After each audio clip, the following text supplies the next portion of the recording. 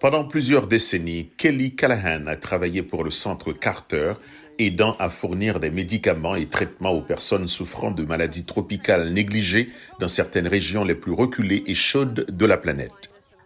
Le bout du chemin n'est pas là où les gens vivent. Il faut donc aller bien au-delà pour livrer ces vaccins ou ces médicaments. Et donc maintenir la chaîne du froid devient très difficile.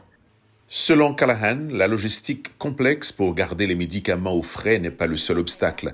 Les thérapies par anticorps sont difficiles à développer, coûteuses et doivent souvent être administrées par du personnel médical.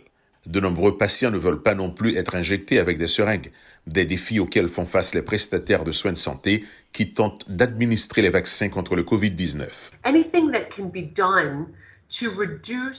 Tout ce qui peut être fait pour réduire la durée et les difficultés de livraison rendra l'accès beaucoup plus facile. C'est exactement ce sur quoi travaille le Dr Michael Jowett de l'Université Northwestern.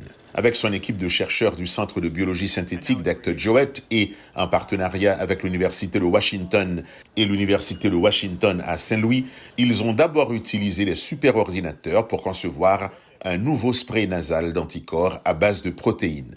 Ils ont testé le spray sur les souris et ont noté les résultats prometteurs dans la lutte contre le COVID-19. Ce qui est spécial dans la version que nous avons créée, c'est qu'elle est efficace pour neutraliser tous les variants préoccupants. Les tests ont montré que le spray nasal de la Northwestern surpassait les traitements par anticorps actuels autorisés d'urgence par l'Agence américaine du médicament. Le spray nasal de la Northwestern est resté efficace plus longtemps et a également réduit le niveau global d'infection. L'une des particularités de cette thérapie antivirale est que nous pouvons l'utiliser à la fois pour traiter et prévenir. La prochaine étape cruciale pour le spray nasal de l'équipe de recherche, qui est moins cher à fabriquer, ne nécessite pas de stockage au froid et peut être auto-administré, consiste à déterminer son efficacité chez l'homme. Nous avons établi un partenariat avec une société de biofabrication pour intensifier la synthèse à des fins de test et évoluer vers des essais cliniques de phase 1. Le Dr Jowett ajoute que le processus développé par son équipe pourrait être précieux dans la lutte contre les futures pandémies.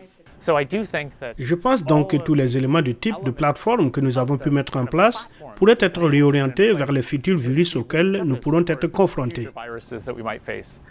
Les essais cliniques du spray nasal pourraient commencer d'ici la fin de cette année.